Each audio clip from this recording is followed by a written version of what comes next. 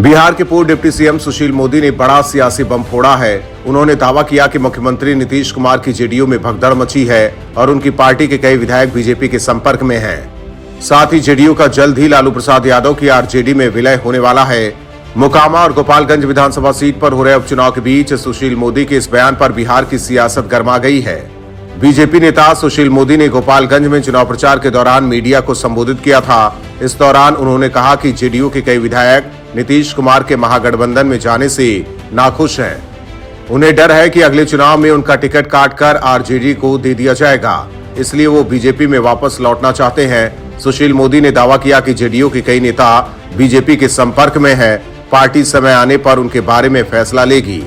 उन्होंने कहा कि जेडीयू का आरजेडी में विलय जल्द होने वाला है, ये तो तय है, क्योंकि नीतीश कुमार को पार्टी टूटने का डर है। नीतीश को लगता है कि अगर विलय हो गया तो सदन में पार्टी के विधायकों की संख्या बढ़ जाएगी, ऐसे में दल बदल करना मुश्किल हो जाएगा।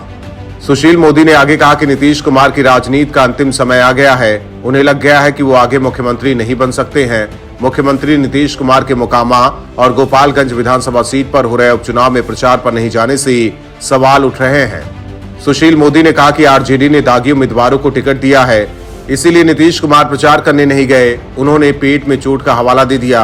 वहीं सुशील मोदी के दावों पर अभी तक आरजेडी और जेडीयू ने चुप्पी साधी है, लेकिन सुशील मोदी ने बिहार की राजनीति में तहलका मचा दिया है। ब्यूरो रिपोर्ट, न्यूज चौक। दिल्ली के सीएम अरविंद केजरीवाल एक बार फिर ऐसे फंसे हैं कि उनकी सीएम की कुर्सी पर खतरा मंडराने लगा है। हिंदू विरोधी बयानबाजी के बाद अब केजरीवाल एंड सन्स भ्रष्टाचार के गंभीर मामले में फंस गई है। महाठग सुकेश चंद्रशेखर और आम आदमी पार्टी की साठगांठ सामने आ गई है। इसके बाद से आप पर बीजेपी और कांग्रेस ताबड़तोड़ हमला करने में जुटी है। कांग्रेस ने कहा कि उपराज्यपाल वीके सक्सेना को इस मामले की हाई लेवल जांच करनी चाहिए। दरअसल सुकेश चंद्रशेखर ने वीके सक्सेना को लिखे पत्र में दावा किया है कि उसने आपके नेता और दिल्ली सरकार के मंत्री सत्येंद्र जैन को 10 करोड़ रुपए प्रोडक्शन मनी के तौर पर दिए थे। दिल्ली प्रदेश कांग्रेस कमेटी के अध्यक्ष चौधरी अनिल कुमार ने कहा कि खुद को कट्टर ईमानदार कहने वाले अरविंद केजरीवाल और उनकी आम आदमी पार्टी की असलियत एक बार फिर जेल में बंद सुकेश चंद्रशेखर ने उपराज्यपाल को पत्र लिखकर उजागर कर दी है। आम आदमी पार्टी और उसके नेताओं पर सुकेश चंद्रशेखर की ओर से लगाए गए आरोपों की उच्च स्तरीय जांच होनी चाहिए। उन्होंने दावा किया कि सुकेश चंद्रशेखर के आरोपों के बाद साफ हो गया है कि केजरीवाल ने जेल जाने के बावजूद सत्येंद्र जैन को मंत्री पद से क्यों नहीं हटाया। अब ये साफ हो गया है कि आम आदमी पार्टी के फंड कलेक्टर ने माफिया डॉन की भूमिका निभाई है। वहीं सुकेश की चिट्ठी सामने आने के बाद बीजेपी नेता संबित पात्रा ने कहा कि ठग के घर में ठगी हुई है। ठग को ठगने वाले इस महाठग का नाम सत्येंद्र जैन और आम आदमी पार्टी है। सुकेश चंद्रशेखर एक ठग है और आम आदमी पार्टी उससे ही ठगी कर ली। बता दें कि सुकेश चंद्रशेखर ने भी दावा किया कि गिरफ्तारी से पहले उसने साउथ इंडिया में आम आदमी पार्टी में बड़ा पद देने के लिए 50 करोड़ रुपए दिए थे।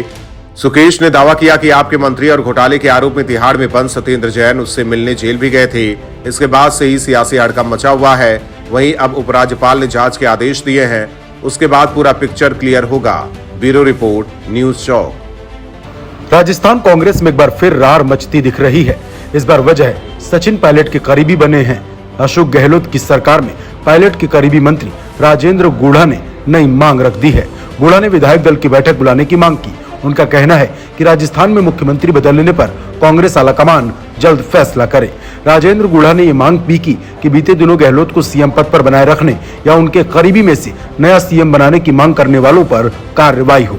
इसके लिए उन्होंने मंत्री शांति धारीवाल, महेश जोशी और धर्मेंद्र राठौड़ को बर्खास्त करने की मांग भी की।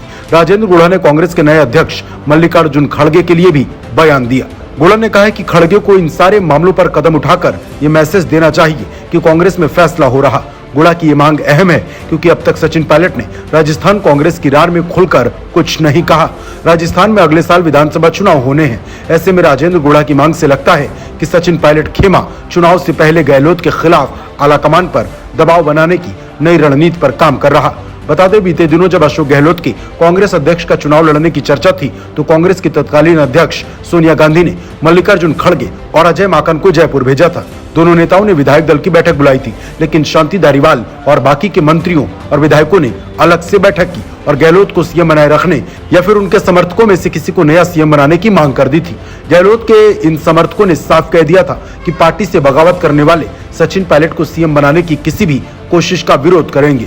यहां तक कि गहलोत समर्थक विधायकों ने विधानसभा अध्यक्ष सीपी जोशी के पास जाकर सामूहिक इस्तीफे की कॉपी तक दे दी थी। वहीं एक बार फिर पायलट समर्थकों ने गहलोत के खिलाफ मोर्चा खोलकर साफ कर दिया कि राजस्थान कांग्रेस में सब कुछ ठीक नहीं चल रहा।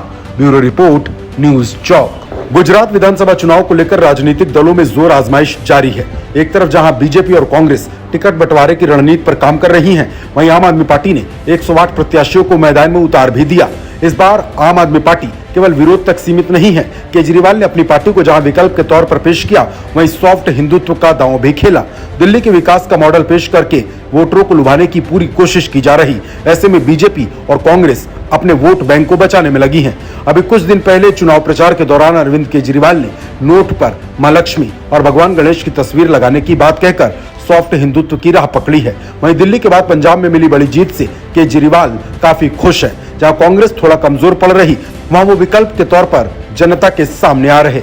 ऐसे में सवाल ये उठता है कि गुजरात की जनता पर आम आदमी पार्टी का कितना असर हो रहा। दरअसल गुजरात चुनाव में आम आदमी पार्टी ने बीजेपी का पैंतरा अपनाया है। उसने अभी तक जो टिकट बांटा, उसमें केवल एक ही मुस्लिम प्रत्याशी को मैदान में उतारा गया। आपने जिन 108 सीटों पर अपने प्रत्याशी उतारे, उनमें से लगभग 15 सीटें ऐसी हैं जिन पर मुस्लिम वोट निर्णायक भूमिका में है।